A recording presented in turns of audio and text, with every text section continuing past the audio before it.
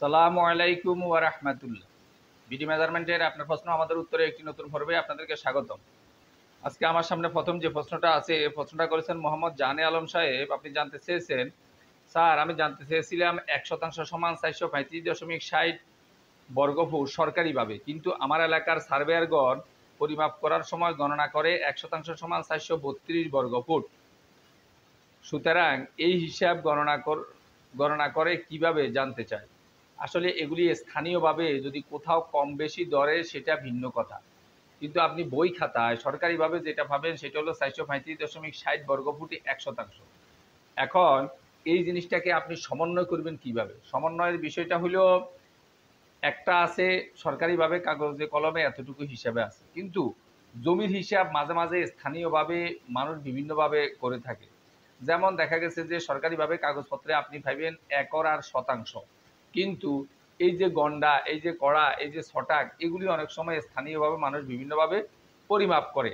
এখন আপনার এখানে যে কিছু কম বলতেছে, 435-এর জায়গায় 432 বলতেছে, এখন এগুলি কিন্তু মূল শতাংশের সাথে কিছু পার্থক্য রাখবে, যার কারণে আপনি ওই এলাকায় বেচাকিনি করলে 435.432 বর্গফুটে যত হয় ততই মূল্য আপনাকে পরিশোধ করতে হবে। এটা একবারে সহজ বোঝার জন্য আমি আপনাকে বলি, সারা বাংলাদেশে ধরুন কলা 60টাই এক হালি বলে, তাহলে আমরা দেখা গেছে যে কোনো এলাকায় যদি আমরা হঠাৎ করে যাইয়া দেখি কলা 5টাতে এক হালি বলে, তাহলে অন্য জায়গার হালি যদি 8 টাকা হয়, অর্থাৎ একটা কলা 2 টাকা করে, হালিটা হলো 8 টাকা, তাহলে যে এলাকায় 5টায় হালি বিক্রি করে ওই এলাকার হালিটাকে আমরা 10 টাকা বলবো। ঠিক একই অবস্থায় আপনি বর্গফুটটাকে প্রয়োজনে সমন্বয় করে নেবেন। আশা করি বিষয়টা বুঝতে পারছেন। পরবর্তী প্রশ্নটা যিনি করেছেন, ওনার চ্যানেলের নাম হলো ল্যান্ড মেজারমেন্ট। আপনি জানতে চেয়েছেন, স্যার জমিটি যদি আয়তকার না হয়ে থাকে তখন বন্টন কি শতভাগ সঠিক হবে? যদি সঠিক না হয় তখন অনিয়মিত চতুর্ভুজ বড় জমি থেকে কিভাবে আলাদা করব?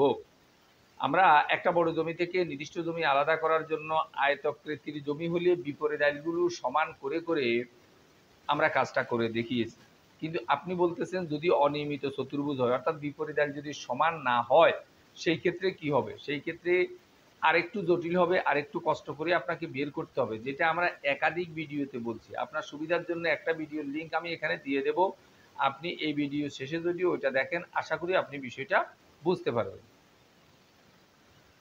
পরবর্তী প্রশ্নটা যিনি করেছেন ওনার নাম হলো সাইফুল ইসলাম সাহেব। আপনি জানতেছেন, স্যার এই স্কেল, ফিতা স্কেল, গুনিয়া স্কেল, কম্পাস মালামাল কোথায় পাওয়া যাবে?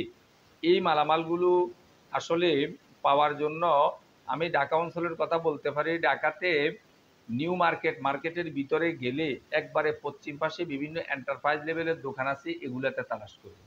এছাড়াও দেখা গেছে যে গুলিস্তানে তালাশ করতে পারেন যে মালামালগুলো পাওয়া যায় কিনা। আপনি এভাবে দুই একটা জায়গায় পাওয়া যায়, এগুলি খুবই রেয়ার আইটেম, আর দেখে শুনে আপনাকে ভালোটা কিনতে হবে। স্কেলগুলো যদি সঠিক একবারে না হয় পরিমাপ মতো, তাহলে দেখা গেছে যে এগুলি কিনেও আপনি সঠিক হিসাব নিকাশ পাওয়া কঠিন।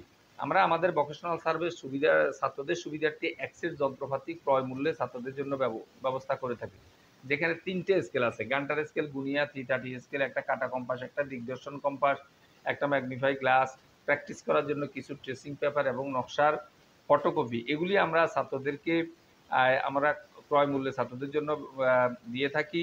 যদি কেউ অন্য জায়গা থেকে ব্যবস্থা করতে না পারেন, একান্ত সমস্যায় পড়েন, আমাদেরকে বললে, আমাদেরকে টাকা পে করলে আমরা এগুলি কুরিয়ারের মাধ্যমে আপনাদেরকে পাঠিয়ে দেওয়ার চেষ্টা করব। আশা করি বিষয়টা বুঝতে পারছেন। পরবর্তী প্রশ্নটা যিনি করেছেন ওনার নাম হলো নূর মোহাম্মদ সাহেব। আপনি জানতে চেয়েছেন, আমার প্রশ্ন হলো আর.এস. কুতিয়ানের দাদার নামে। আমার দাদার 3 ছেলে 2 মেয়ে, আর আর.এস. খতিয়ান ভেঙে যখন বি.এস. খতিয়ান হয়, বি.এস. খতিয়ান এসেছে 3 ছেলের নামে, 2 মেয়ের নামে আসে নাই। এখন 2 মেয়ে কি সম্পত্তি পাবে? 2 মেয়ের নাম যে আসে নাই, এই মুহূর্তে 2 মেয়ে সম্পত্তি পাবে না, যেহেতু তাদের নাম নাই। কিন্তু তাদের নামটা না আসা, ওই আর.এস. থেকে যে বি.এস. হয়েছে ওইটা একটা ভুল প্রক্রিয়া হয়েছে, যেহেতু এই 2 মেয়েও ওই ব্যক্তির ওয়ারিশ, অবশ্যই উনাদের নাম আসা ছিল। এখন যেই মুহূর্তে উনারা জানতে পারবে যে আমাদের নামটা আসে নাই, উনাদেরকে এটার বিরুদ্ধে মিসকেস করতে হবে। উপজেলা পর্যায়ে থানা পর্যায়ে যে সেটেলমেন্ট অফিসগুলো আছে এগুলিতে গিয়ে দ্রুত মিসকেস করে ওই বিএসের বিরুদ্ধে মিসকেস করে এটাকে সংশোধন, এটাকে সমন্বয় করে উনাদের নাম আনতে হবে এবং জমিটা এভাবে পাবে। এখন এই মুহূর্তে যদি যাদের নামে হয়েছে তারা যদি বেচা বিক্রিও করতে চায়, যারা সচেতন জায়গা জমির এই বিষয়গুলো বুঝে, হ্যাঁ, ওনারা কিন্তু পুরাটা কিনবে না। কিনতে লাগলেও ওয়ারিশান সার্টিফিকেট চাইবে। আসলে আপনার আরএস খতিয়ান থেকে আপনারা কতটুকুর মালিক, এতটুকু কিভাবে হইল, অর্থাৎ ও সঠিক ওয়ারিশ না দেখাইয়া ভুলভাবেও যদি কোনোভাবে করে, কিন্তু বেচা বিক্রি করতে চাইলে অন্য যে ওই লোক সচেতন হইলে কিন্তু অবশ্যই এটা কিনবে না। এই জন্য দ্রুত বোনদের সম্পত্তি বোনদেরকে দিয়ে দেওয়াই ভালো। আশা করি বিষয়টা বুঝতে পারছেন। পরবর্তী প্রশ্নটা যিনি করেছেন ওনার নাম হইল আমিনুল ইসলাম ফরাইজি সাহেব। আপনি জানতে চেয়েছেন আমাদের মোজার নকশার একাংশে যেখানে আমার জমি তার সাথে খাল নেই, কিন্তু বাস্তবে খাল আছে।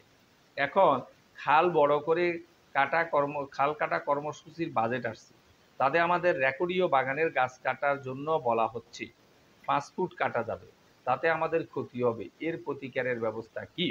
এর প্রতিকারের ব্যবস্থাটা হলো, যেহেতু আপনি বলতেছেন মূল নকশায় কোনো খাল নাই, আপনি দেখিয়েন একটু মূল নকশাটা বলতে আপনি কি সিএস বলতেছেন, না আরএস বলতেছেন, না বিএস বলতেছেন, না এসএ বলতেছেন। অর্থাৎ ধরুন একটা কথা রে, আরএস নকশায় খাল নাই, কিন্তু বিএসএ আসতে আসতে ওখানে কোনো কারণে নালা খালটা হয়েছে, তাহলে তো আপনার এই খাল নাই কথাটা বলা ঠিক হবে না। কোনো কারণে সিএসএ খাল ছিল না, আরএসএ আসি খাল হয়েছে। এই জন্য আপনি সবগুলা নকশাতে সমন্বয় করবেন, সমন্বয় করে দেখবেন যে আদৌ কোনো নকশায় এখানে খাল দেখা যায় কিনা। যখন খাল দেখা যাবে না, তারপরেও ওরা খালের জন্য আপনাকে বলবে, চাপ দিবে, আপনার উচিত হবে এই নকশাগুলো নিয়ে থানা পর্যায়ের উপজেলা পর্যায়ে যে সেটেলমেন্ট অফিসগুলো আছে ওখানে দেখানো, বলা, হ্যাঁ, সিদ্ধান্ত এটা করা আপনারা এখানে কেন খাল চাইতেছেন। সরকার তো আমাদের কাছ থেকে একবারও করে নাই, ন্যায়ও নাই, আমাদের খতিয়ানের সম্পত্তি এই থেকে এই পর্যন্ত আমাদের সীমানা, এই দাগের ভিতর তো আমরা কোনো খাল দেখতেছি না, এই দাগে কেন কিভাবে খাল সৃষ্টি করতেছে, ওনারা আপনাদেরকে জবাব দিবে।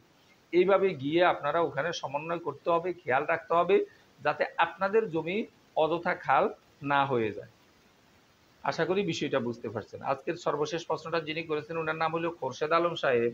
আপনি জানতে চেয়েছেন স্যার ৯ আনা সমান কত শতাংশ, দয়া করে একটু বলবেন। ৯ আনা সমান কত শতাংশ, এই কথা আমি এভাবে বলতে পারবো না, এই জন্য যে এই আনাগুলো মূলত ব্যবহার হয় ফর্সার সম্পত্তি বোঝানোর জন্য। অর্থাৎ ফর্সা যে ১৬ আনা ধরে হিসাব করে ওখান থেকে ৯ আনা কতটুকু সেটা বলা যাবে। এখন আমাকে দেখতে হবে আপনার ওই ফর্সার টোটাল সম্পত্তি কতটুকু, মোট সম্পত্তি কতটুকু, ওই ফর্সার মোট সম্পত্তির উপর নির্ভর করে এখানে ৯ আনায় কত শতাংশ হবে এটা বলা যাবে। ধরুন ওই ফর্সায় টোটাল সম্পত্তি হলো ১৬%, তাহলে ৯ আনায় হবে ৯%। ওই ফর্সায় একটা কথারে আমি সহজের জন্য বলতেছি এইভাবে, টোটাল সম্পত্তি ৩২%, তাহলে ৯ আনায় হবে ১৮%।